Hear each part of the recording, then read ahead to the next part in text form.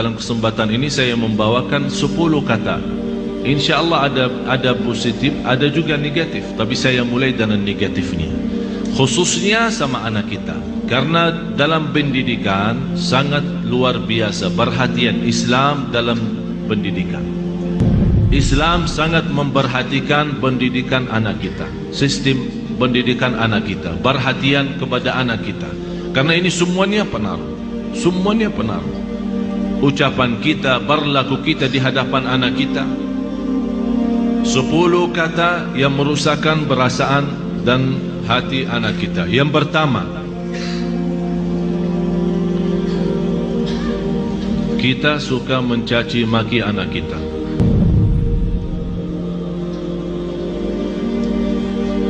Ini sebuah bahaya, apalagi kalau kita lagi emosi. Dan saya selalu sampaikan kepada jemaah, kalau lagi emosi, jauh daripada anak. Jauh. Jangan jadikan anak korban. Saya tidak enak membawa ucapannya karena kita di dalam masjid. Tapi ada banyak yang saya heran mengucapkan kata-kata yang saya malu sampaikan. Sama siapa? Sama anaknya sendiri. Kalau sama orang lain kita malu mengucapkan, apalagi sama anak kita.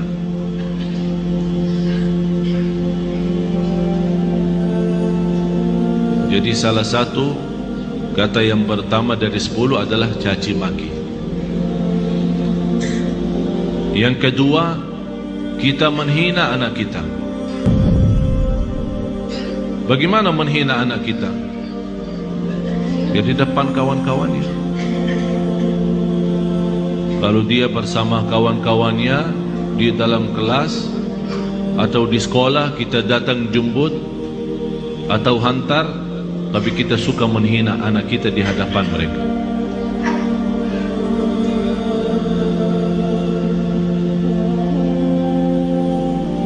Malah ada yang pernah berkata, saking menghina anaknya, saya heran bagaimana bisa punya anak seperti kamu. Apalagi di depan orang, di depan kawan-kawannya. Bisa di saat itu anak kita tidak nangis, tapi sudah mati rasa. Sudah mati rasa. Akhirnya menjadi hati kecil. Susah kita bina untuk menjadi anak salih-salihah karena kita sudah hancur duluan. Sudah kita hancurkan duluan. Itu yang saya selalu sampaikan. Itulah namanya durhaka orang tua kepada anak sebelum anak durhaka kepada orang tua.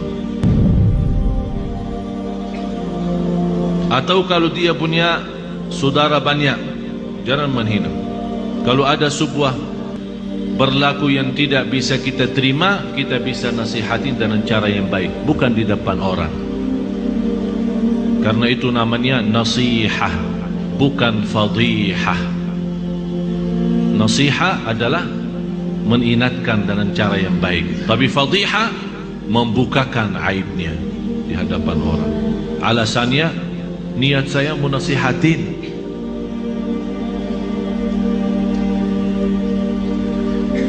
Yang ketiga, selalu kita suka membawa bandingannya dia sama orang lain. Ini lihat, abang kamu jauh lebih pintar. Ini lihat, anak itu luar biasa. Kamu tidak bisa seperti mereka. Itu tidak bahaya itu. Ini mengakibatkan apa? Kecil hati. Yang kedua, benci sama orang itu. Akan menimbulkan rasa benci. Jadi akan selalu berlawan. Di mana ketemu kalau diajak main tidak mau sama. Karena kenapa? Karena kita selalu bandingkan ini A sama B. Apalagi kalau dia punya adik-adik yang lain. Coba adik kamu, abang kamu, kakak kamu, pintar bacaannya, pintar najinya, pintar salatnya. Kamu apa sih?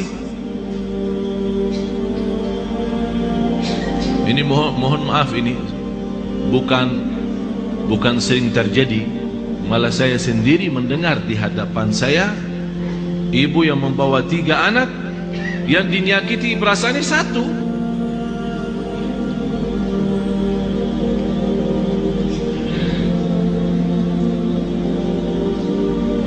Bahaya lidah itu, bahaya. Jadi jangan kita membandingkan anak sama orang lain. Mohon maaf, kita yang dewasa aja, kalau ada orang membandingkan kita sama orang lain, kita tersinggung. Apalagi anak kita. Kita ada yang dewasa yang sudah faham, mengerti, bisa mengerti maksudnya orang, bisa mengerti tujuannya orang, kita bisa tersinggung. Apalagi anak kita. Yang keempat, cinta dengan syarat. Aku cinta kamu, tapi syaratnya begini. Jadi seolah-olah kita tunjukkan kepada anak kita, kalau ibu tidak sayang begini aja, ikhlas tidak sayang, tidak cinta ikhlas. Tapi cinta kalau kamu salat. Aku cinta kalau kamu ngaji. Aku cinta kalau kamu diam. Aku cinta kalau kamu tidak nonton TV. Berarti itu namanya cinta dengan syarat-syaratnya. Kalau mau cinta ya cinta, tidak usah pakai syarat. Tidak usah pakai syarat-syaratan. Ini anak kita. Mau cinta ya cinta. Cinta yang normal, kasih sayang, yang wajar dan yang wajib bagi kita sebagai orang tua, memberikan kasih sayang dan rasa cinta kepada anak kita. Kalau kita yang tidak menunjukkan rasa cinta kepada anak kita, dia akan lama-lama melarikan diri kepada orang lain. Memang mohon maaf Bapak Ibu, bisa anak kita karena dia kecil tidak mengerti menyampaikan perasaannya, tapi dia mampu menyampaikan perasaannya dari hal berlakunya. Begitu dia melihat seorang yang memberikan perhatian dan kasih sayang, biarpun orang itu bukan keluarganya, orang jauh, begitu dia ketemu orangnya, dia malah lari, belok orang itu. Sepertinya kehilangan rasa sayang di rumahnya. Dan banyak saya perhatiin anak-anak yang datang kepada saya begitu melihat anaknya sambil peluk dan cium saya bilang dalam hati saya, kasihan, kehilangan rasa cinta dan sayang dalam rumahnya. Yang kelima, kita menyampaikan kepada anak kita info atau informasi yang salah. Maksudnya apa informasi yang salah? Laki-laki tidak boleh nangis. Siapa yang bilang? Bapak-bapak nangis enggak? Nangis kan? Berarti salah kita berkata sama anak kita, kalau laki-laki tidak boleh nangis. Siapa yang bilang? Biarin dia nangis. Kalau dia nangis, ayo nangis lagi sayang. Bukan laki-laki tidak boleh nangis.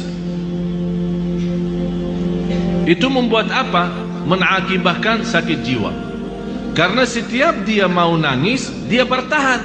Alasannya informasi yang salah, laki-laki tidak boleh nangis. Akhirnya dia tahan-tahan, menjadi beban, lama-lama sakit jiwa. Betul, ini betul. Jangan dianggap tidak terlalu. Terlalu.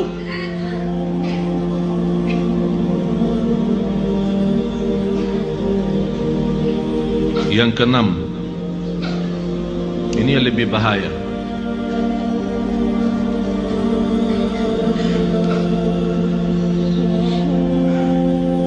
Kita selalu memberikan ancaman.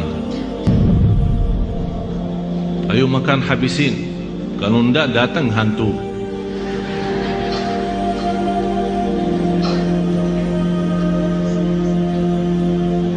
Mau tidur enggak? Kalau kamu tidak tidur, nanti datang hantu, temenin. Ini selalu kita, niat kita apa? Niat kita supaya dia cepat tidur, tapi mengakibatkan dalam perasaannya banyak hal yang tidak bagus. Padahal anak kita dari sisi psikologi jiwa dan akal, dari usia 2 tahun sampai 6 tahun dia mampu menguasai 7 bahasa. Ini bukan sembarangan. Ini ada orang keahlian psikologi akal dan jiwa membuktikan anak dari usia 2 tahun sampai 7 tahun Kalau diberikan perhatian sepenuhnya, dia mampu dari sisi psikologi, akal dan jiwa, mampu menguasai 7 bahasa. Bahasa kita, bahasa daerah, bahasa Arab, bahasa Inggris, terserah, 7 bahasa.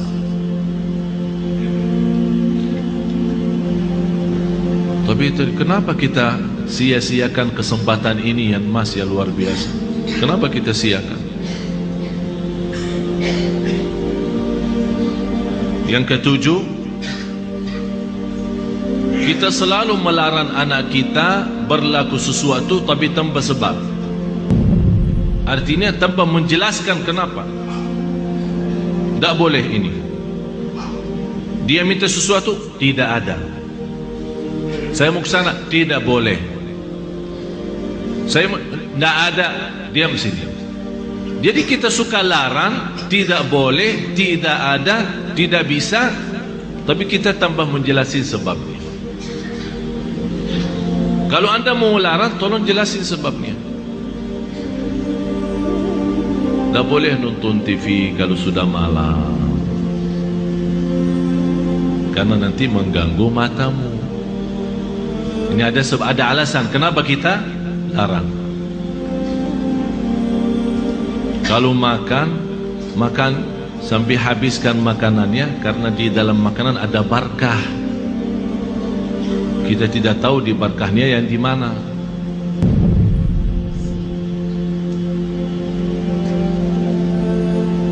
Jangan nonton TV, ayo sana tidur. Ibunya megang remote, teng teng teng.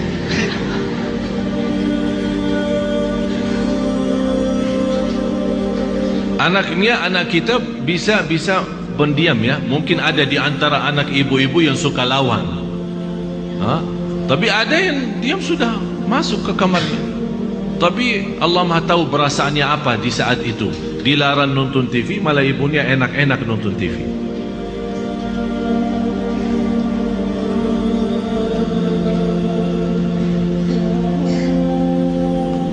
Banyak hal Bapak Ibu yang perlu kita perbaiki. Banyak. Kalau kita memang ingin bukan hanya doa mengharapkan anak saleh salihah, tapi ada contoh baik, ucapan yang baik. Yang ke-8,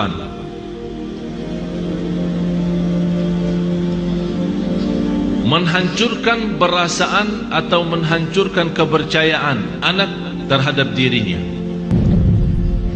Kamu bodoh selama-lamanya, tak bakal jadi pintar.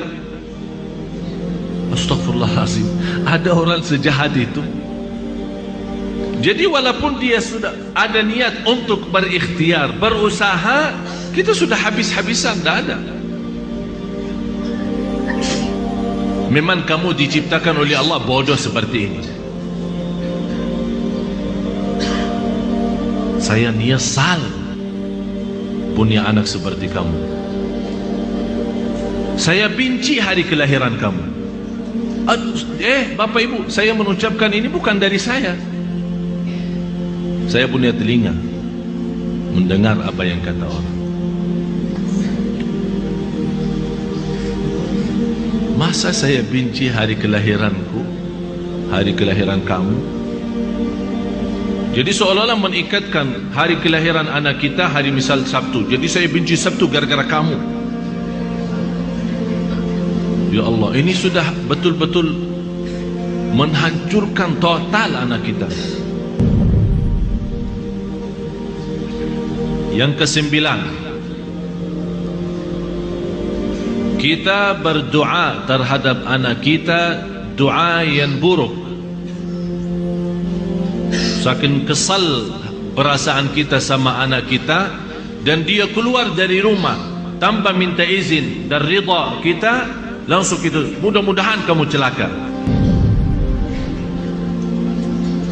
Rasulullah sallallahu alaihi wasallam melarang orang tua mendoakan anaknya buruk. Kalau terjadi diijabah doanya akan nyesal, kata Rasulullah. Biarpun ibunya, biarpun bapaknya betul-betul sakit hati sama anak, begitu dia mendoakan celaka, terjadi kecelakaan itu, pasti dia nyesal dan sedih, bisa nangis, dan bisa tidak memaafkan dirinya terhadap apa yang telah dia ucapkan. Kalau anda tidak mampu saking sakit hati sama anak kita, tidak bisa mendoakan baik, kembali lagi lebih baik diam. Kalau tidak bisa berdoa baik, lebih baik diam. Tapi bahaya, jangan mendoakan anak ni celaka. Salah satu kawan saya yang pernah saya ceritakan, yang punya 3 impian, 3 harapan, ingin kembali sihat, karena dia sekarang sakit lumpuh dari umur usia 18 sampai sekarang hampir 40-an. Dari umur 18 tahun, sekarang 40-an, sampai sekarang dia dalam kondisi lumpuh total, tak bisa bergerak sama sekali, masih bisa berbicara saja. Di antara harapan beliau, sebagaimana saya pernah jelaskan, ingin kembali sihat walafiat supaya bisa megang Al-Quran, ingin kembali sihat walafiat supaya bisa nikmati sujud, ingin kembali sihat walafiat supaya bisa memeluk orang tua dan mencium orang tua. Akibat sakitnya dia sampai dari sekian tahun, dari sejak 18 tahun umurnya sampai sekarang 40, sebabnya dia terjadi begini adalah doa orang tuanya. Karena dia pernah pulang tidak ke sekolah, orang tuanya tanya, kamu sudah sekolah hari ini enggak? Setahu saya sudah antar ke sekolah, tapi saya dapat informasi kamu tidak masuk, malah kamu larikan diri sama kawan-kawan kemana. Kata anaknya, bohong yang bawa fitnah itu. Saya sudah ke sekolah. Ya, namanya anak-anak mau larikan diri dari tanggung jawab orang tuanya, dia bohong. Lebih baik berbohong, katanya. Apa kata ayahnya? Kalau kamu bohong, mudah-mudahan celaka hari ini. Pergi sama kawan-kawan, ini cerita sendiri dia menceritakan. Pergi sama kawan-kawannya kepada satu tempat hiburan yang ada kolam renang. Kemudian dia naik sebuah tempat tembok yang agak lumayan tinggi. Kemudian mau loncat ke dalam kolam itu. Begitu dia loncat, kepalanya kena. Padahal lantai bawah terlalu dalam, tapi kok bisa kena. Kepalanya terputus salah satu saraf di bagian lehernya, mengakibatkan lumpuh total, tidak bisa bergerak sama sekali. Orang tuanya menyesal karena telah mendoakan seperti itu. Tapi kata anaknya, bagi saya nikmat besar doa kecelakaan ayah saya. Kenapa? Karena dengan doa dalam kondisi ini baru saya bisa kenal Allah lebih dalam, dan alhamdulillah beliau sudah menghafal Al-Quran 30 juz. Dalam kondisi itu tak pernah berhenti salat malam. Dan Masya Allah, setiap di sana sini, dari masjid ke masjid, memberikan ceramah. Dalam dia dibawakan dalam kursi roda yang tidak bisa duduk, dia dibuatkan kursi roda khusus. Miliknya kayak mirip tempat tidur, karena dia tidak bisa duduk, tapi masih bisa berceramah. Saya kemarin berusaha untuk mengundang beliau datang kemari, tapi masih kita harap mudah-mudahan bisa. Dan kemarin beliau mengundang saya acara pernikahannya. Subhanallah, ibu saya menceritakan istrinya cantik luar biasa. Sampai orang bertanya sama istrinya, apa yang kamu harapkan sama seorang seperti ini keadaannya? Dia berkata, saya harap masuk surga lewat si Abdullah ini. Jadi saya tidak harap apa-apa, tapi saya harap bantu dia seikhlas-ikhlasnya. Saya yang akan bersihkan, saya yang akan rapikan, saya akan pakai bajunya sama semua, karena saya harap lewat dia masuk surga.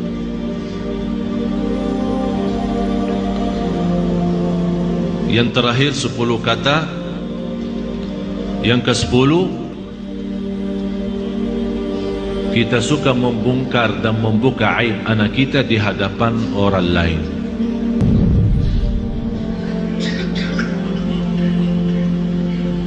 Ini anakku dah ada malunya, kalau tidur suka kencing di atas tempat tidurnya, suka buang air di tempat tidur. Capek aku setiap hari bersihin tempat tidurnya karena bekas kencingnya. Ini kan dicerita sama kawan-kawannya di sekolah. Apa yang akan terjadi?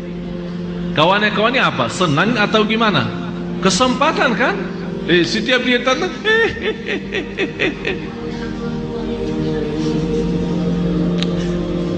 Astaghfirullahaladzim. Kita istighfar.